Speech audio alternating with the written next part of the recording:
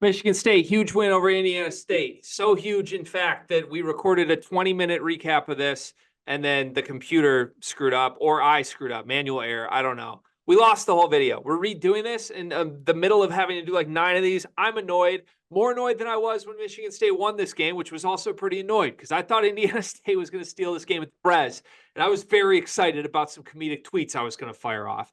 You're feeling pretty good, though. I'm feeling okay. I am feeling a little bit scared for the backlash that you're going to get because there's going to be some people out there, probably with some icons that have dogs in them, that are going to accuse you of purposely getting rid of that 20-minute video of Michigan State's recap win. I know that's not the case, so I'm just throwing that out there. But I think a really good win by this Michigan State basketball team. Like I said, this is a game that this team loses a month and a half ago. And I tweeted with like 5 minutes left when we went down 5, or 7 minutes left whenever we went down 5, whenever it was, that this is a game that Indiana State has been making shots because they're a team full of shot makers and they're making everything right now. You just got to find a way to win this basketball game. And that's exactly what they did. They locked down enough. They got enough stops. They got enough baskets on the other end. Malik Hall played extremely well in this basketball game. You got production out of Jaden Akins, Tyson Walker, and AJ Hogard. And we held Robbie Avila in check. So, a great win, a much-needed win, a win that has me feeling really good about this Michigan State basketball team. And I'm definitely higher on them than I was, obviously, before this 4-game winning streak came upon us.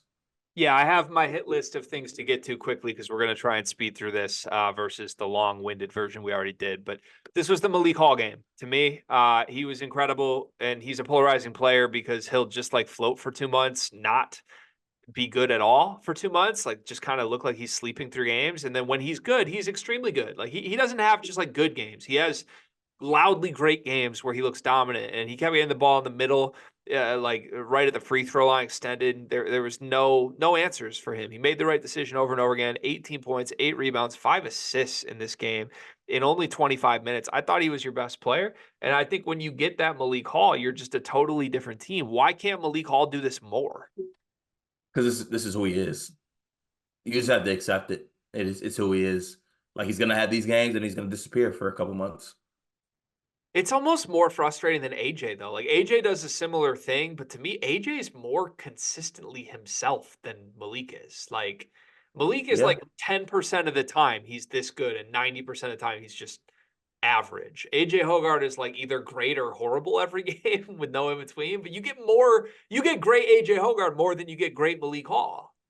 Yeah, I think Malik Hall just has more excuses than AJ. Like, he's, obviously off the court things, injuries. I just think he has a lot more on his plate, I guess I would say the term is, than AJ. But it's just as frustrating. It is, because I can go back every single year that Malik Hall has been here, and you just get that one game. You get that game at Seton Hall. You get that game versus Louisville at home.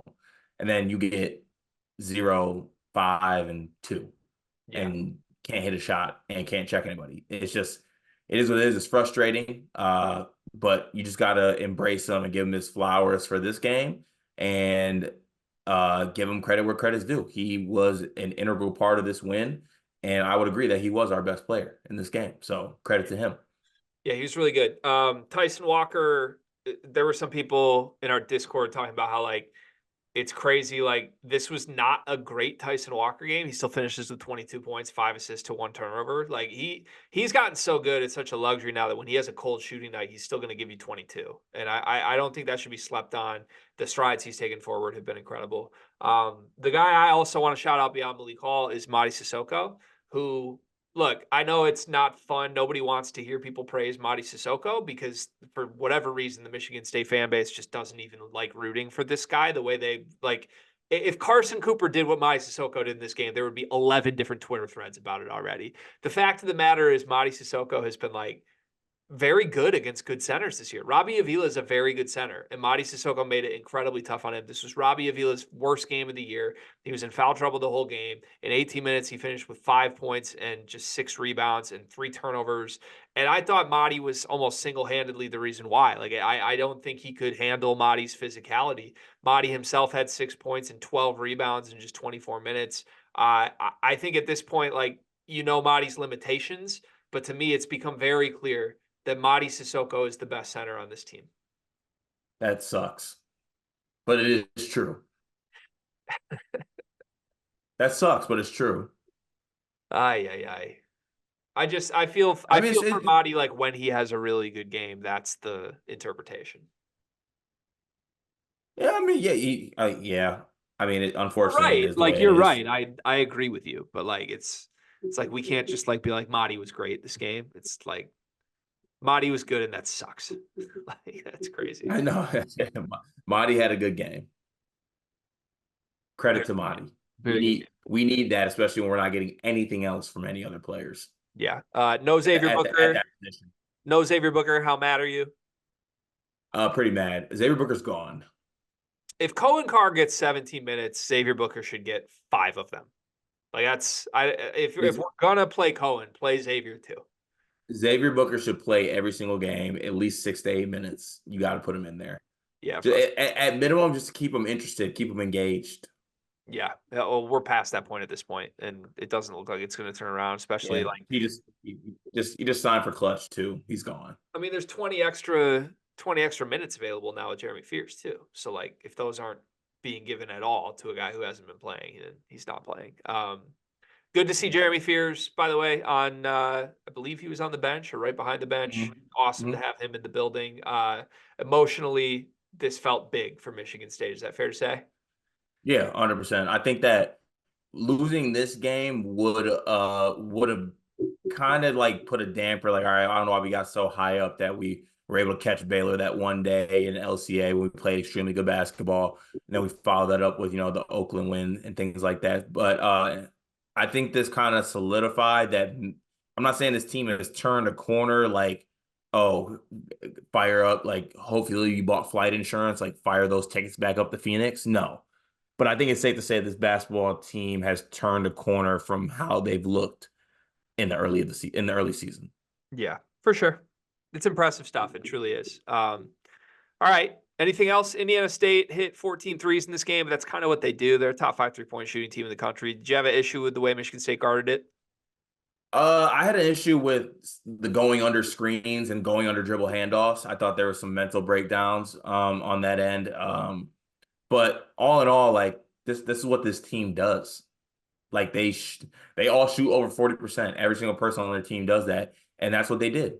So, like, that's what you should expect from this team. Indiana State is really good. I really hope that they make the tournament. I will be pulling for them to make the tournament, and if I get the opportunity to bet on them to win a game in the tournament, I will revel in that opportunity because that team is good. Yeah, I want my guy Josh Schertz on the next bus to Ann Arbor immediately. That's Schertz to Ann Arbor talk? I want him. I know I did my list in the Michigan video. If you want to see my full coaching candidate list, there's a lot of guys we got to make say no. Starting, by the way, with Tom Izzo. If you're Michigan basketball, you just have to make Tom Izzo say no. But if Tom Izzo says no, then yeah, Josh Schertz. Why not? I like Josh Schertz.